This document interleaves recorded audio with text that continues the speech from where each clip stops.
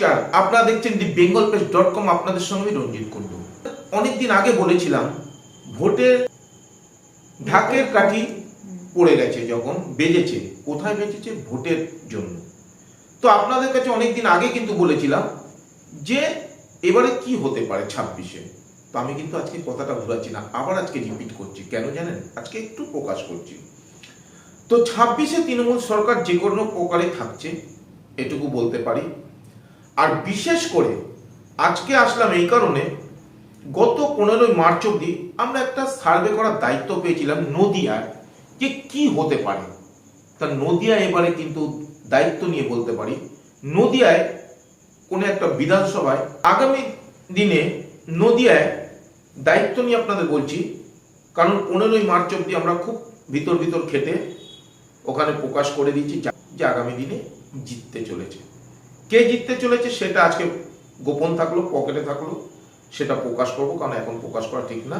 তবে উলট পুরাণ কিন্তু 100% হচ্ছে, এইটুকু দায়িত্ব নিয়ে বলতে পারি। তা 15 তারিখ সার্ভে করার পর যখন ওনাদের সব কপি হাতে দিলাম, আপনারা দেখিয়েছিলাম যে লোকসভা ভোটের কপি আমাদের কাছে ছিল। তো এরকম নদিয়া করেছি এবারে। তো 15 তারিখ করার পর তখন একটা ইচ্ছা ছিল যে খাটু শ্যাম বাবার মন্দিরে পুজো দিতে যাব জয়পুরে। তো সত্যি আজকে আমার খুব ভালো লাগছে, আনন্দ পাচ্ছি। সেই উদ্দেশ্যে আজকে রাজস্থানের সম্বন্ধে 2-4টা কথা তুলে ধরছি। 17 তারিখ আমরা কি করলাম? গত 17 তারিখে এয়ারপোর্টে ফ্লাইট ধরলাম, ফ্লাইট ধরে চলে গেলাম সকালে ফ্লাইট ধরে চলে গেলাম রাজস্থানে পা দিয়ে আমরা যে হোটেলে গিয়ে উঠলাম, চলুন দেখে নিন সেই হোটেলটা। সিনারি ভিতর থেকে আরম্ভ করে বাইরের পরিবেশ সত্যি খুব মনোরম পরিবেশ, শান্তির পরিবেশ কাকে বলে। যদি দেখতে হয় একবার ওইখানে চলে যান, আশা করি শান্তি পাবেন 100%। এটাও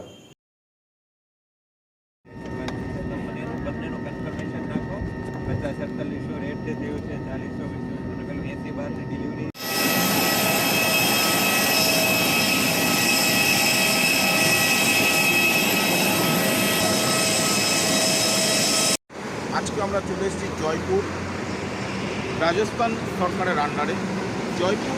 আমরা হোটেলে ফার্স্ট উঠেছি। তো আমরা 17 তারিখ আমরা এখানে ইন করলাম। তো কোন হোটেলে উঠছি, কীভাবে ঘুরছি, সব কিছু আপনাদেরকে দেখাবো। তো হোটেলটা প্রথম দেখিয়ে নিই। এই হচ্ছে আমাদের ভিতরে হোটেল, আমার প্লেস। আর সব কিছু আছে এই হোটেলটায়, বুঝতে পারছি সব কিছু আছে। তো এটা এন্ট্রি গেট এটা দেখালাম। এরপরে চলুন ভিতরে গিয়ে সমস্ত কিছু দেখাবো। কিন্তু আমরা 21 তারিখ অবধি আছে, 17 তারিখ আবার 21 তারিখে ফ্লাইট ধরে আমরা রিটার্ন হব। অ্যাকচুয়ালি 2 নম্বর গেট, 1 নম্বর গেট, এটা এন্ট্রি। আমরা এখান থেকে যে গাড়িটা আমাদের ওখান থেকে ঢুকেছে 1 নম্বর গেট থেকে। এন্ট্রিটা দেখাচ্ছি 2 নম্বর গেট থেকে ঢুকে, 2 নম্বর গেট থেকে ঢুকে সমস্ত কিছু যা আছে, গার্ডেন থেকে আরম্ভ করে এমনকি ব্যাংকুয়েট, তারপরে লন সব কিছু আপনাদের ভিতরে গিয়ে সব কিছু এখানে খাওয়া দাওয়া করছি, প্লাস রুমে গেলে পাঠিয়ে দিচ্ছে ফোন করলে। আর এটা হচ্ছে পুরো গার্ডেন, মানে এখানে মর্নিং ওয়াক থেকে শুরু করে এমনকি জন্য কোনো যদি পার্টি হয়, সেই পার্টি এখানে সেরকম ব্যবস্থা করা আছে। বিশাল বড় লন, খালি একটা না, এই পাশে আরেকটা লন আছে। এবং টোটাল এই প্যাসেজটা মানে এত বড় প্যাসেজ নিয়ে হোটেলটা, মানে আপনারা যদি আসেন পরিবার নিয়ে, মানে দারুণ আনন্দ। এবং শান্তি কাকে বলে যদি দেখতেই হয়, একমাত্র রাজস্থানের এই জয়পুরে আসলে এই হোটেলে এসে থাকবেন, শান্তি কাকে বলে আপনি হাতে প্রমাণ পেয়ে যাবেন। ততক্ষণ চলুন ভিতরে দেখিয়ে দিই। 202 রুম নাম্বার। আমরা জয়পুরে এয়ারপোর্টে নামলাম, ইন্টারন্যাশনাল জয়পুর এয়ারপোর্ট। নেবেই আমরা যে রুমটা নিলাম, ফার্স্টে দেখছি বেডরুমটা এই যে সুন্দর, 3জনা শোয়ার মতো। আমার মিসেস বসে আছে। আর রুমটার মধ্যে সমস্ত কিছু সামনেই আপনারা দেখতে পাচ্ছেন, অমর প্লেস হোটেলের বোর্ড দিয়ে মেনু কার্ড সব কিছু দেওয়া আছে। সুন্দরভাবে হাতের কাছে, মানে আপনি ফোন করলে সব পেয়ে যাবেন। রুমটা এত সুন্দর, এত বড়, এসি, পাখা সব কিছু আছে, প্লাস সোফা বসিয়ে আপনি ডাইনিং টেবিলের মতো সুন্দর করে এখানে সব কিছু রাখতে পারবেন। এখানে আপনার ফ্রিজও আছে ছোট। হ্যাঁ, আমাদের 3টে ট্রলি হয়েছে এয়ারপোর্টে। একদম এদিকে একটা খাট আছে, এখানে আমার হয়ে যাবে, ওদিকে মা মেয়ের হয়ে যাবে। তো বনি, তোমার রুমটা কেমন লাগছে? আমার মিসেসের ঘুম পেয়ে গেছে, হাই পাচ্ছে। আসলে এয়ারপোর্টে অনেকক্ষণ ধরে এখান ফ্লাইটটা একটু লেট করেছে। চলুন একটু টয়লেটটা দেখে নিই, ওয়াশরুমটা দেখে নিক। আম জনতা যারা যদি আসতে চান তারা, ওহ সুন্দর ওয়াশরুম, সুন্দর ওয়াশরুম, কত বড় ওয়াশরুম, কত সুন্দর, কত বড় ওয়াশরুম। এখানে স্নান করা যাবে, শাওয়ার লাগানো আছে, ঠিক আছে। আপনার টাওয়াল টাওয়াল সব দিয়ে দিচ্ছে। হ্যাঁ, এখানে বেসিন সব কিছু সুন্দর, এত বড় ওয়াশরুম। গিজার লাগানো আছে, গরম জল জন্য কোনো চিন্তা করতে হবে না, ঠিক আছে। এখানে আলমারির মধ্যে সব কিছু রাখতে পারবেন, আপনার নিজস্ব বেড, বিছানা, বালিশ, খুব সুন্দর। এই যে আমরা এসেই কফি দিয়ে গেলেন, দাদাভাইদের স্ন্যাক্স দিতে বলেছে, একটু কফির সাথে সাথে চলে এসছে। খুব সুন্দর, মানে আপনার এসে এই রুমটা নিলে আপনার খুব ভালো লাগবে। সেই হোটেলটা দেখে নেন। এবারে চলে গেলাম খাটু শ্যাম বাবার মন্দিরে। সত্যি এত ভালো লাগছে, বলবার ভাষা নেই। রাজস্থান সরকারের তরফ থেকে প্রশাসন, সে প্রশাসন আমাদের খাটু শ্যাম বাবার কাছে নিয়ে গিয়ে এত সুন্দরভাবে ঘিরে পুজো দিলাম, শান্তি মতো। আমাদের চোখের জল বেরিয়ে গেছে তার সেই বাবার কাছে, আনন্দে। বলে না, সুখেও কেঁদে ওঠে মন, গানটা কিশোর কুমারের সত্যি বাস্তব পুরনো দিনের সেই গানগুলো। এটা হচ্ছে জয় শ্রী শ্যাম মেন গেট। জয় শ্রী শ্যাম খাটু শ্যাম বাবার কৃপায় রাজস্থান সরকারের তরফ থেকে আমরা যেভাবে জয়পুর এয়ারপোর্ট থেকে নামার পর থেকে যেভাবে রাজস্থান সরকার আমাদের সহযোগিতা করলো, পূর্ণ সহযোগিতা করেছে। আমরা তারপরে জয় শ্রী শ্যাম পুজো দেওয়াতে এত খুশি, মানে আপ্লুত, বলবার ভাষা নেই। ঈশ্বর যে এভাবে আমাকে দর্শন করাবে তার স্মরণে শত কোটি প্রণাম। তাই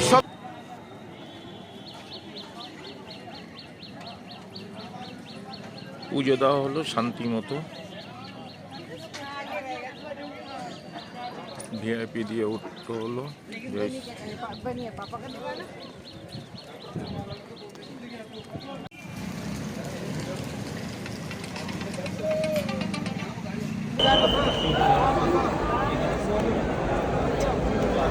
বাবা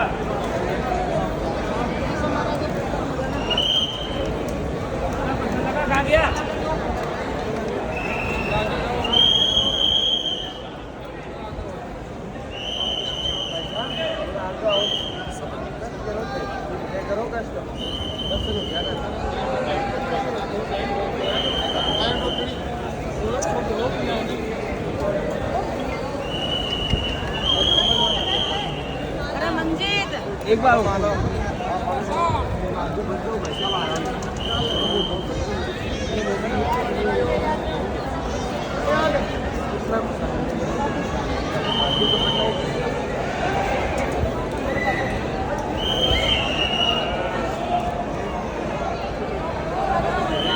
तो जागा दे मंजिल का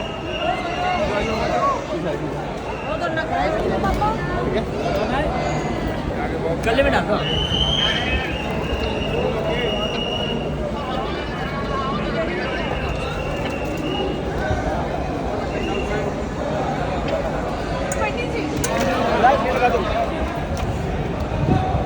बढ़ाओ संविधान का आगे बढ़ाते रहना, खिलाड़ी लेना किसी को पसंद करके आगे बढ़ते रहना। बढ़ाओ बड़ा तेज को गिराएं करो।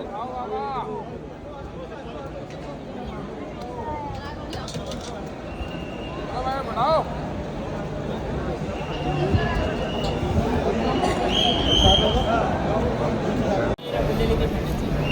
ये छोड़ दो।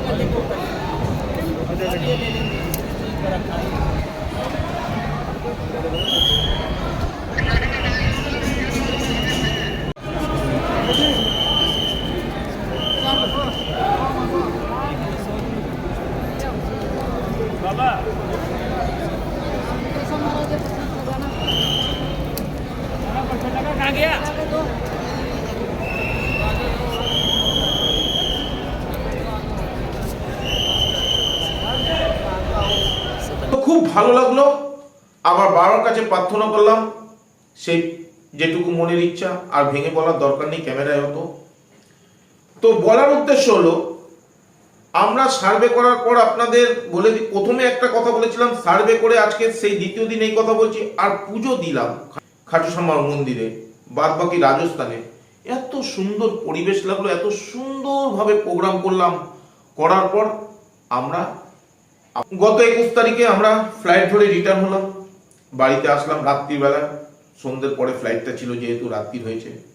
আজকে 22 তারিখ পুরো আপনাদের কাছে জানালাম তথ্যগুলো, কিভাবে কি করলাম এই কদিন।